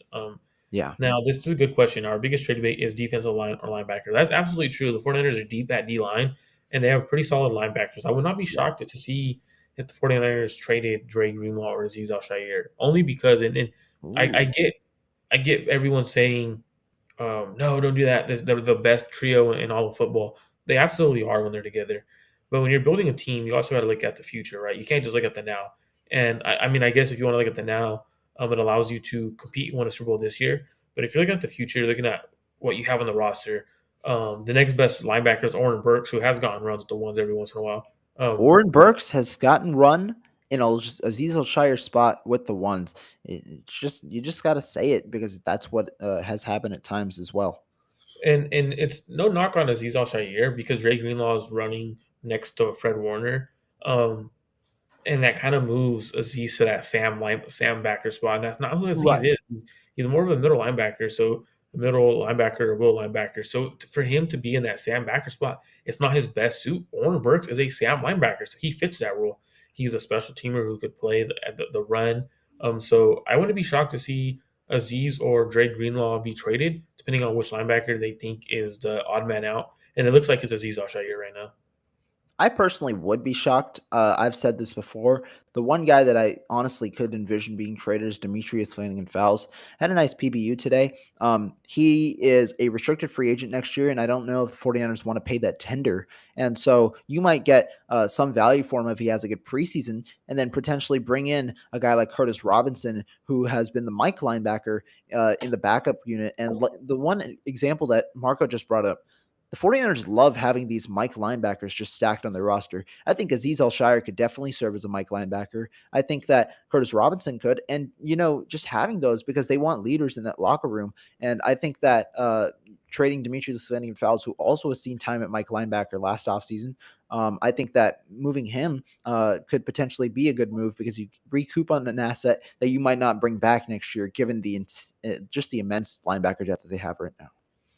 Another thing, so with the linebackers, I'm not. So when I say I'm gonna be shocked that Aziz is traded. I'm not saying he's gonna be traded. I'm saying like it wouldn't be surprising because like at the end of the day, he's not gonna play much unless the 49ers are in base package, and we hardly see teams in their base package. So that's like more so what I'm trying to say. I don't want it to sound like I'm saying Aziz Al-Shaair will be traded. Yeah. Uh, Yeah. Next question. Who's Who's your your pick pick? for receiver six? This is a Okay. great question, right? Because I'm gonna go off and name the top receivers I think will make the roster. Obviously, Brandon Ayuk, Debo Samuel, Ray McLeod, Jawan Jennings, Danny Gray, and then I think the sixth receiver. I think a player who stood out today, in my opinion. And haven't been there all camp, so I can't say like based off all camp. But I think Malik Turner showed some very Yeah. nice ability today. He's also a special teamer, but I would not be surprised if Tay Martin was that sixth receiver Yeah. because what I've seen from one on one And when I do see him in actual 11s, he's running really good routes. So that's stuff they're looking at. He's just not getting targeted. But I would not be shocked if it's either Malik Turner or Tay Martin. I think that you just nailed it. Those are the top two guys that have stood out. And I'm not saying only in 11 on 11s, and I'm saying over the entirety of camp too. Malik Turner and Tay Martin consistently win their one-on-ones, and if they don't win, they're still possessing good routes. It's just great defense. Tay Martin's release package is amazing. It's a really good release package for an undrafted free agent. That I'm comparing to those standards, but for an undrafted free agent, Tay Martin's release package is really good, and his route running is also really good. So when you have the ability to separate at the line of scrimmage and also finish by having good route running, I think that that is just a very solid overall package for a receiver. And then Malik Turner as well. He possesses some deep speed, which might remind you of Travis Benjamin. He's like a better Travis Benjamin, and with Danny Gray kind of dealing through inconsistencies, Malik Turner has been a better receiver in camp so far than Danny Gray, at least in my opinion, because he's gotten more open consistently in 11 on 11s, and he's also won more one-on-one reps overall. And it's kind of funny that you say that. I didn't even know Malik Turner was having a good camp. I didn't know Tay Martin was having a good camp. But one day there, those two guys are the ones that like popped off to me as the next best receiver out of the rest of the group. That's interesting. So the next question is how from Troy Polamalu in the C gap. I love Troy Polamalu. I used to watch him, and I thought I could be just like him. It was hilarious. How's the Lance to Kittle relationship? I think the Lance to Kittle relationship is it's there. It's alive and well. Started seeing it towards the end of the camp in 2 minute warning, and it's interesting because I would have thought that Trey Lance would pick George Kittle to be that guy. He goes to more often than 11 on 11s, but he went to him a few times. But during that 2 minute drill, that was his go to guy. He had 3 of the 6 catches, and that's something that I was like, whoa, who's the security blanket?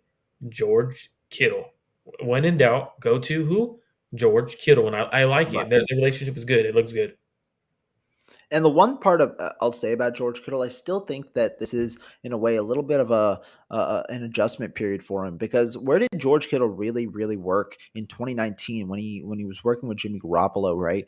Garoppolo targeted him a lot over the middle on 10-yard, 12-yard routes over the middle. And right now, at least, Lance, that's kind of the area where he struggles the most at with accuracy. He sometimes, like Marco said earlier, he sometimes throws it out too wide, especially if you're going out. There have been throws where it's on the money, but it's been consistency. So instead, Kittle has seen action in two areas: the short game, where he's getting somewhere between 3 to 8 yards in a variety of places, and also the 20-yard game, where George Kittle is running a little bit of a deeper route. So he's found a way to make himself open to Trey Lance in those two routes and gotten consistent amount of catches. I think he's been the second highest targeted receiver, or maybe even top. I don't know the targets. I know catches. Ayuk is 1 and Kittle is 2 with Trey Lance. But he's gotten a good amount of targets and adjusted to Trey Lance's kind of tendencies with his route running and with where he is on the field. And so kudos to the coaching staff for doing that, but also for George Kittle. The relationship so far is looking good. I still think that it's going to need a bit more adjustment so that Kittle can get more targets.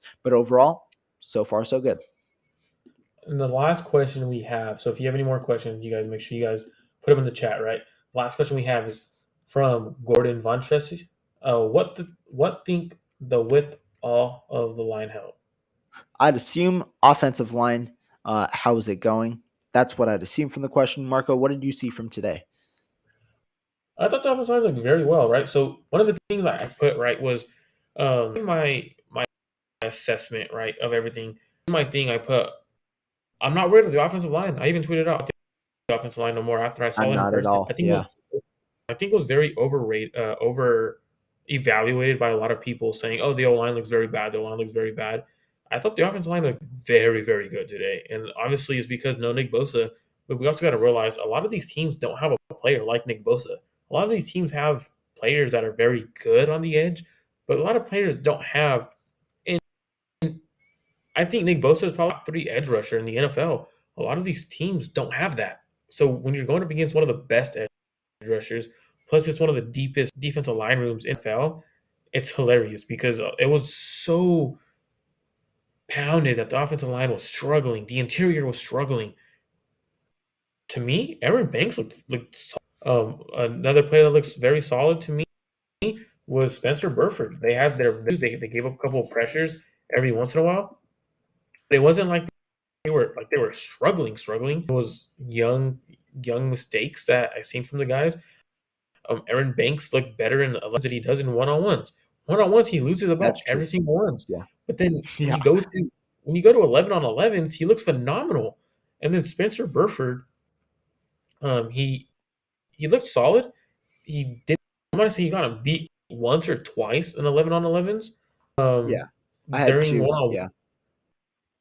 during one on ones, he did lose Givens, or no, he beat Kevin Givens and Kerry Hyder from He what I had lost. saw or Yeah. remember.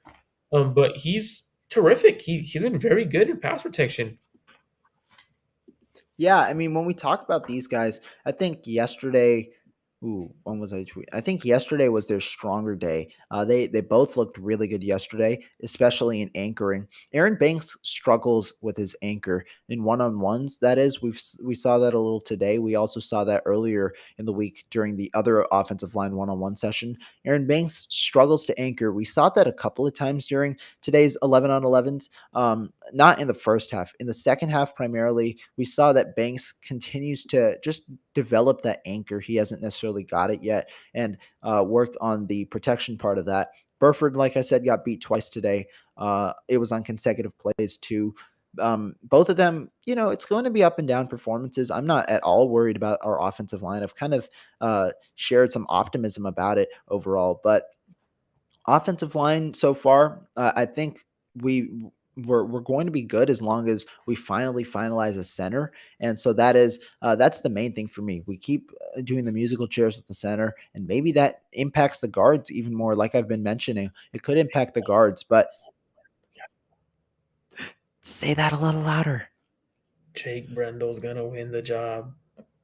There we go. We hear it here. I mean, you need a snap for center, but overall, that's kind of like the main part of it, and I think the one good part of today's practice from the offensive line, the tackles looked really good.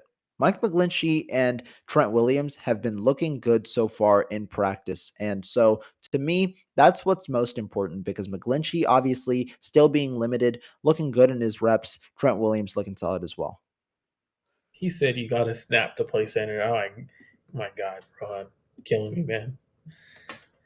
So our thinnest position, which players get traded next? Not named Garoppolo. I think our thinnest position, in my opinion, after seeing today, I wouldn't say I wouldn't say corners. I think corners are pretty solid after Emmanuel Mosley and Hard to name a Tarvarius Ward. thin. Yeah. The Yeah. Domino Lenore look pretty well. Ambry Thomas is struggling. Tariq Castro feels like really well. We have Dante Johnson out there, still on the roster. Then Womack. I don't think it's that bad of a position room. But right after, in my opinion, right after Debo, the receivers are a question mark.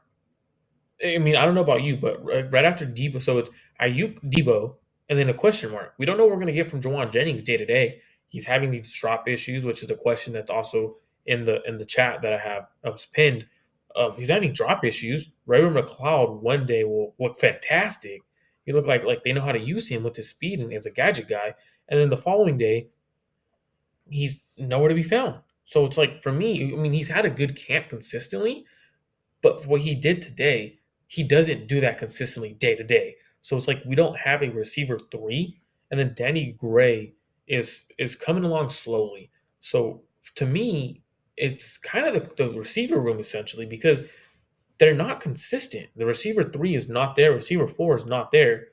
But they're good name guys. Like Jawan Jennings has proven he is a solid receiver in the NFL. Like right, he showed last year he's solid receiver 3 or 4. So I'm not too Right. worried about it. But to me, it's a little thin, and I would not mind signing a receiver who is out there that would benefit from a guy like Trey Lance who likes to throw deep. I'm gonna let you guys go ahead and comment that name. You guys could figure out who it is. I'm not gonna say You his talking name. about who worked out yesterday? Who worked out yesterday? DD Westbrook and Willie Snead? Oh no, I'm not talking about those two Oh, guys. you're talking about guys still out there. Oh, Yeah. okay. I know who you mean. But overall, about the receivers, here's what I'll say, and it's not really a hot take. It's just the truth when you watch the field.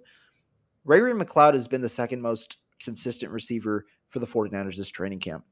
It's not been Jawan Jennings, who has been having consistent drop issues on several days, and which is a big issue when you consider the amount of drop passes that Trey Lance had last year. And it's not like Lance is just throwing fireballs and it's not catchable. It's catchable passes. Lance's touch is fine. The accuracy is obviously still in question, but the touch overall, in my opinion at least, is fine. The ball is getting there too. uh, so McLeod, I think, has honestly been the second most consistent receiver. The question though about McLeod, he just doesn't get enough time with the ones. When you see him with the ones, he doesn't catch the ball as much. When you see him with the twos and the threes, he's dominating. And so that's the thing. Is it McLeod? Like, does McLeod just fail to get open when he's on the field with the ones? He did get injured this week. That is true. He was out for 2 days in team drills. But when I'm talking about with the ones, you don't see McLeod get targeted that much. You see him get targeted a lot by Nate Sudfeld. And the one play that McLeod really had that was a really, really good play by McLeod was yesterday. He had a nice 25-yard catch on Trevarius Ward. It was I forget. Jordan Elliott had told me what the route was. I forget the name right now, but it was a nice where he cut inside and then hard cut to the outside for a nice 25-yard gain. He has had flashes. It's just I want to see him at least get some more run with the ones. And the 49ers, the one other thing that they do with their receivers, you see a ton of two receiver sets. So it's like the 49ers run a bunch of 22 personnel, right? Instead of having a bunch of receivers out there where you might see a lot more and you might see a more what do you call it? An air raid attack from the 49ers, it's a lot more two receiver sets, sometimes three receiver sets. So you don't get as much action from McLeod. But Jennings, inconsistent. McLeod, dominating against the twos and the threes. And then Danny Gray has been extremely inconsistent as well. He'll burn sometimes, but he gets jammed at the line of scrimmage, especially by the top guys. And then he's also lost in one-on-ones a solid amount as well. So going to the next question, because right when you said Jordan gave you the routes that he ran, I opened up my playbook from the 49ers, so I'm going to send it to you after this episode, all right? Yeah. Um, But so real quick, let's actually kind of shift gear. I see a good amount of questions. We will get to them, but some of these questions actually correlate with the position by position breakdown.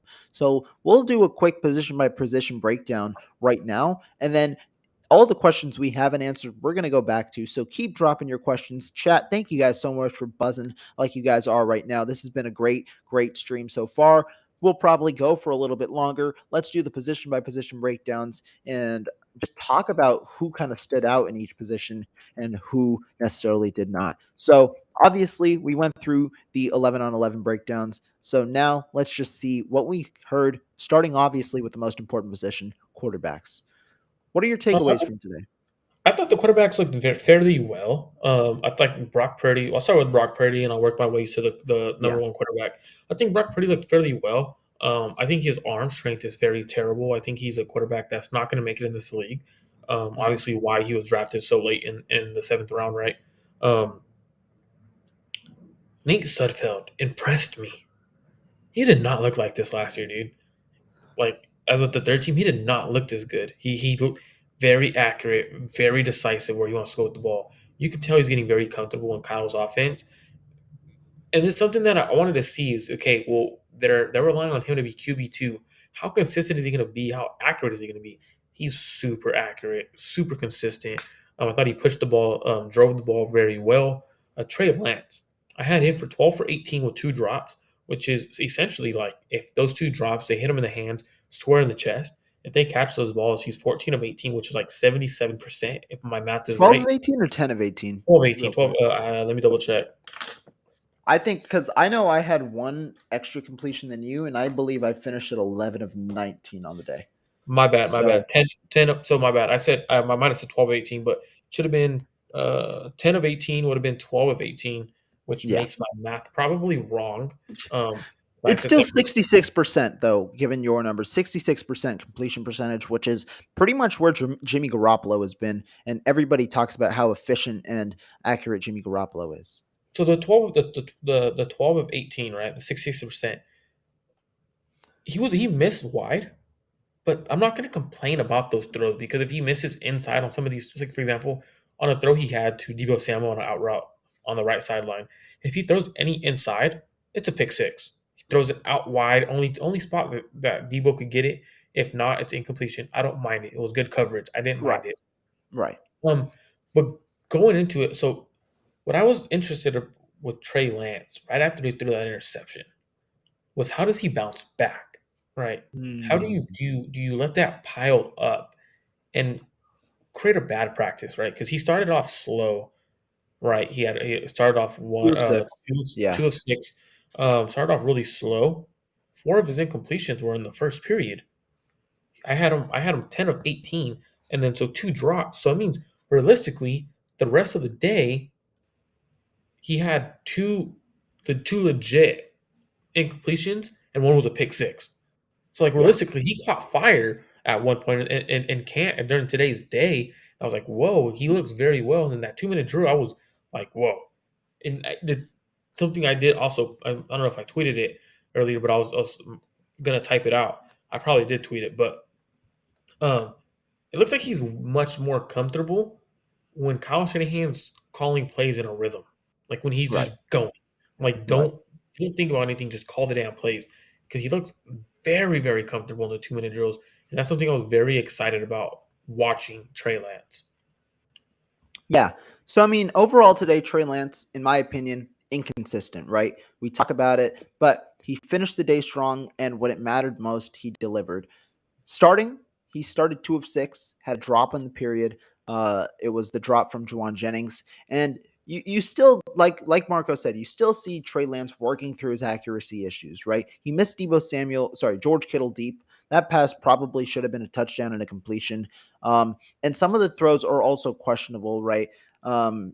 In situations, the one to Emmanuel Mosley going off Mosley's hands, another questionable kind of throw. But when you talk about what happened after his interception, it was a poor throw in the interception.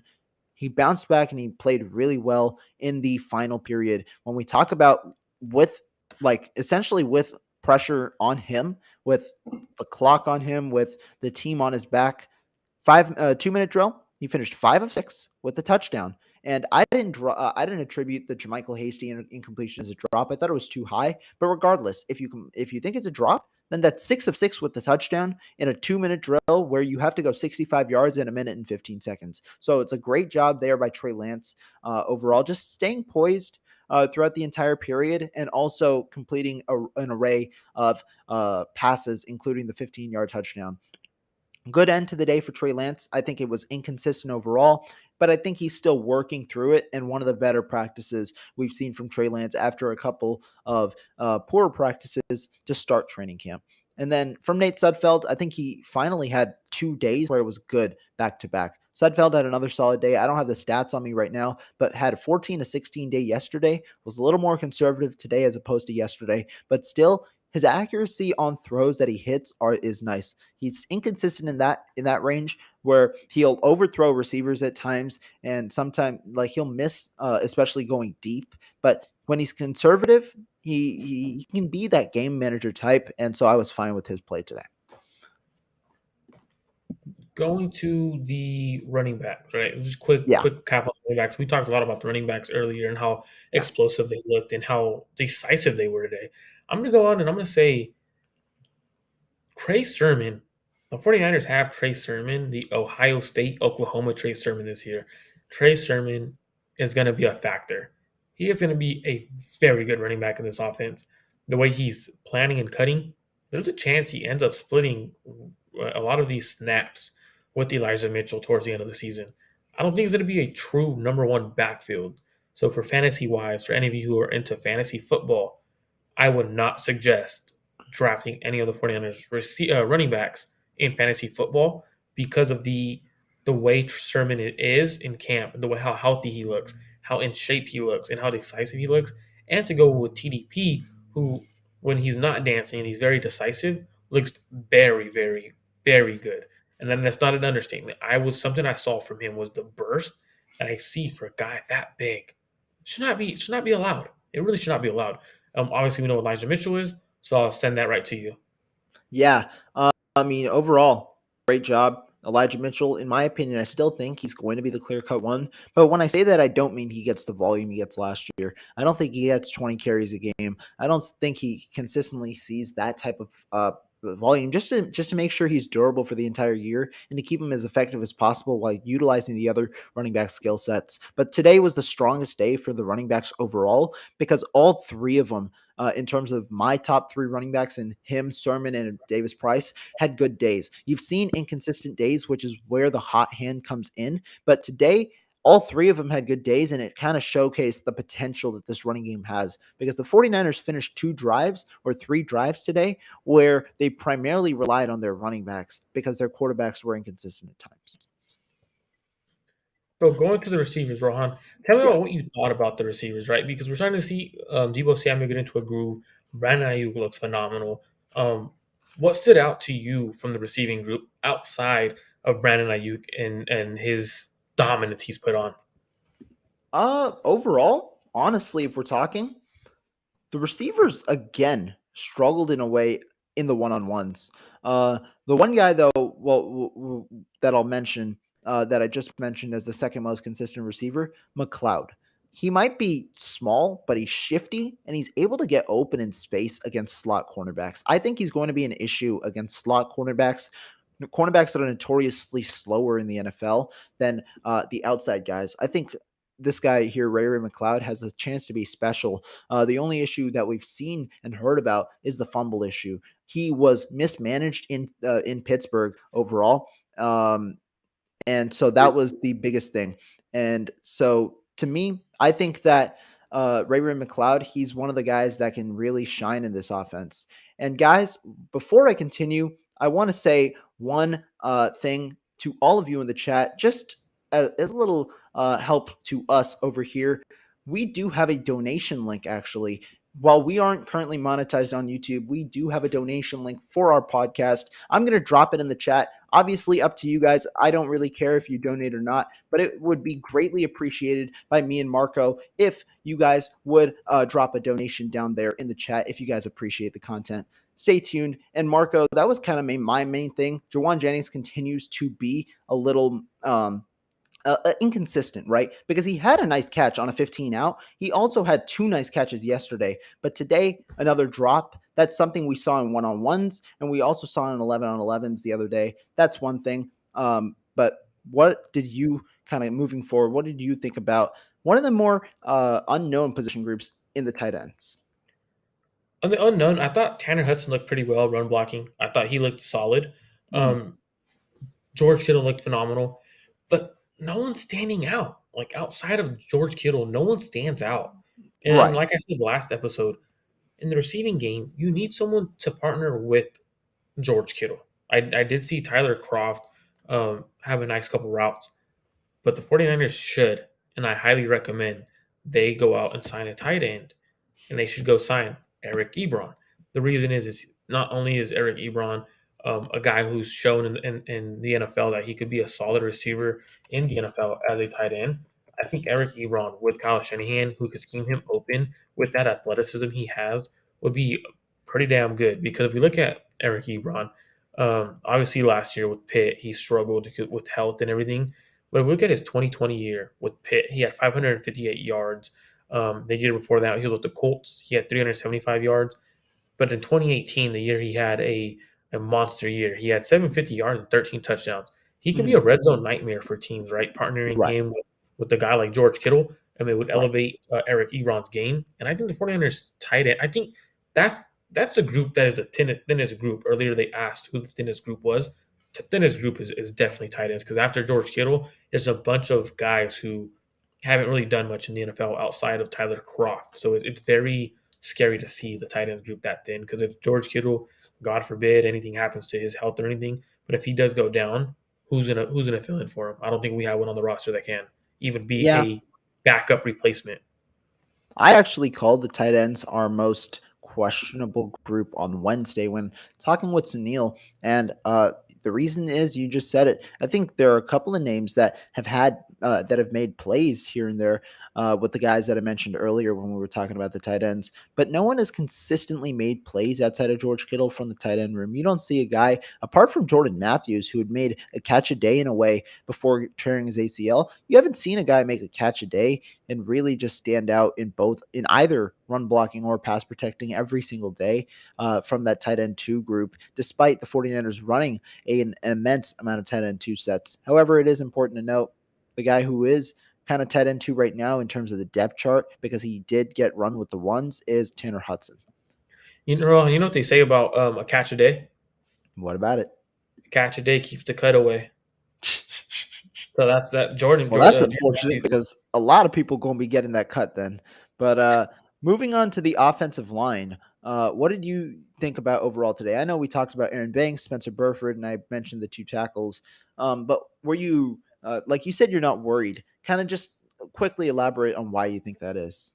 So I'm not worried because I believe Jake Brendel and Daniel Brunskill are going to be very capable of playing center. I know I did say last episode I want them to bring in a center who has experience, because not only would it bring more competition to camp, and I always think competition is best when it's a guy who has the experience and it forces the other guys to be perfect. It forces Daniel Brunskill to snap better and everything. But they're very capable of playing at center when you have 2 guards who are playing very solid football. Yes, they're young, but they're playing good football. They're playing really, really well. And at the end of the day, you have Mike McGlinchey, who I think looks solid. I didn't see anything with them. Did you see anything from him that stood Yeah, out? I didn't see anything bad. I saw a couple of good blocks running wise, and I also saw where he held up in protection a couple of times by pushing the defensive lineman to the outside so that they couldn't get inside and sack the quarterback, allowing Lance to kind of just step up or stay where he was and make his throw. So that's something I saw too. On the second unit, I thought the second unit had just phenomenal pass protection today. I Right. thought they looked very, very good. Jason Poe. So this the second unit was Brunskill, Poe, um, Sam Schluter Kitty, is the left side. McKivitz is the right side. School and then McKivitz. and then who was at the other guard spot with Poe? I didn't get the was it Keaton Zakel? Sutherland. Keaton Oh, Sutherland. Sutherland? Yeah. Sutherland looked very good. I also noticed Zakel. I wrote in my notes, Zakel looked pretty good in one-on-ones in some situations. He was winning, and I think he's going to start getting second team reps. I think he's a guy the 49ers are high on in terms of his development and how his development will go, right? They drafted him for in terms of developmental player. It wasn't for him to be an instant starter. But I do think he could be a starting center in the NFL with how he could pass pro and be a solid guy that could do that. He might be the future at center for the 49ers, so that's something they might develop him to try to be, even though he hasn't really been anything like getting reps at center. But Yeah. the reason I'm not too worried, Rohan, is because everyone was worried about the interior offensive line, Correct. Banks and Burford, or everyone thought it might be Brunskill or someone else or Jalen Moore, whatever. Those 2 guys, and I'm going to put this out there. Spencer Burford has the potential to be a Pro Bowl talent. Rohan, his feet, the way this guy moves, the athleticism he has, the way he sets in pass pro, the way he run blocks, he has the ability to be a Pro Bowl right guard if he puts it all together. He is young and he is hungry. I believe in a couple years he will be a Pro Bowl talent. Definitely, I agree. And with that said, with a good analysis, let's get back to some of your questions. We've got one from David T here saying, do you see any evidence that Lance has been working on protecting himself, sliding in and avoiding unnecessary hits? He has to stay healthy. The one thing I'll say about this, 49ers, they aren't allowing anybody to even touch Lance. Like a touch, normally the defensive line just gives up on the play if they get a sack. Lance doesn't like you haven't necessarily seen the work because there haven't been instances in uh with this forcing to happen. If somebody hits Lance, they're probably getting cut the next day, like in that instance. So he looks healthy, at least with his arm, right? I mean, everybody with the arm fatigue issue, at least so far, it looks like that hasn't thwarted Lance at all during training camp. But about the other parts, you haven't seen too much, although Lance has been featured in the run game on scrambled sometimes and also on zone read design runs as well. And let's say we do about 2 more questions, then we wrap it up, Rohan. We've been going for an Sounds hour good. and 40. Three. Ooh, So okay. we'll go ahead and make sure we wrap it up because I know we have to load this to an actual podcast stream for our audio listeners. And an hour and 43 is a very long podcast. So let's go one more question. Let's go. Let's Who go has a with a fun one, and then we'll go with a serious one. Sounds What do good. I'll you let you think? choose them. So who has a weaker arm, Brock Purdy or Nick Mullins? I'm gonna go with Brock Purdy because Nick Mullins put everything into all his throws, so he usually would have more zip on his throws. But they both have weak arms. I'm pretty sure there's a high school quarterback at you guys' local high school that has very similar arms to both of those quarterbacks right now. And then the final one for the day. This is an interesting one. I know my take. I don't know your take on this. Do you think Danny Gray will be an X factor as a rookie? No, I don't. Not yet. He's struggling to create separation in 11 on 11s. In one on ones, he's creating separation with his speed. 11 on 11s, I think the bullets are flying too fast because what ends up happening with these young rookie receivers is you have to understand that there's different coverages, right? So what ends up happening is you got to know what. So it's alignment, assignment, and adjustment. So there's the three A's. So for a lot of you guys that don't understand, alignment is how you're going to align for the play, like where you line up and how you're going to adjust your alignment based on the defense. You know your assignment and what you got to do, so you got to win. And then once the play starts happening, you have your adjustment based off the coverage because they might be giving you a single high coverage or right single a cover one box shadow that they're showing you, and then they might go to cover two. So you got to adjust your route based off of cover two route. So what ends up happening is you have to adjust, and young rookies usually struggle the most when it comes to adjustment. They know how to align and they know their assignment, but the biggest part is adjustment. And it looks like he's struggling to adjust his routes based off of coverage, based off of what the corners and the defensive backs are trying to do to him. And I think once he understands that, which will be towards the middle of the season, towards the end of the season, he understands that part of the game. I think then he could take off. But I don't think he's going to be that X factor that's going to be that dude just yet. I think there's that learning curve. And once he gets over that learning curve, whether it's the middle of the season, end of the season, that's when he'll be an X factor. And I don't think it's going to happen right away as a rookie. And to me, I'm not worried about it because that speed and the decisiveness to push vertical is eventually going to allow him to be a very good receiver if he learns how to start running the routes with his speed rather than the because as a receiver you can't just rely on your speed, right? You have to attack vertically and then do everything else. And right now he's just going too fast for what he wants to do. Yeah, my answer as well is no. We're on the same page here. When you talk about Danny Gray, right?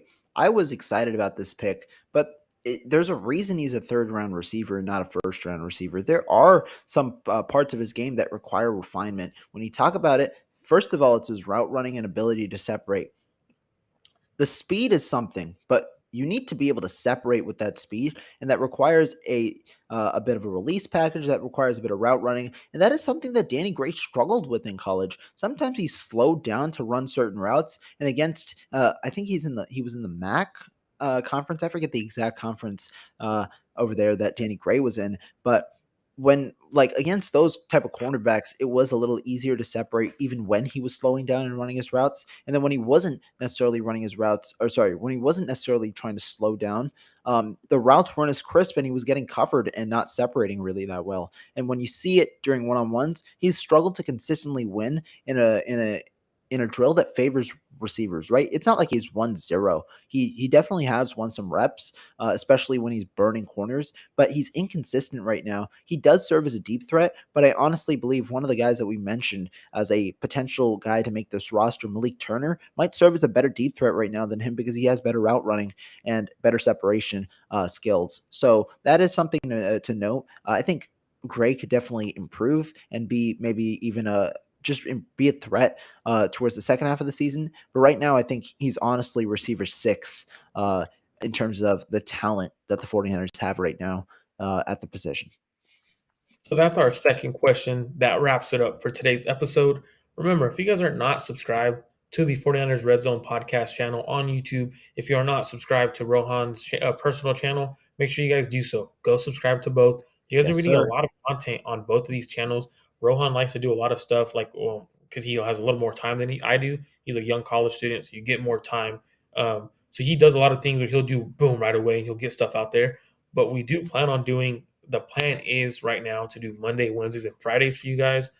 to give you guys a recap on Monday night, or yeah, roughly Monday night on Sunday night's game. Or if it's a Monday night game, we will do Tuesday, Wednesday, Friday, stuff like that. So we do plan on giving you guys a lot more content now that I have a set work schedule. I know Rohan is been killing in the game. Make sure you guys go follow him on YouTube, Twitter, and you guys read all his articles that he has out for 49ers Web Zone.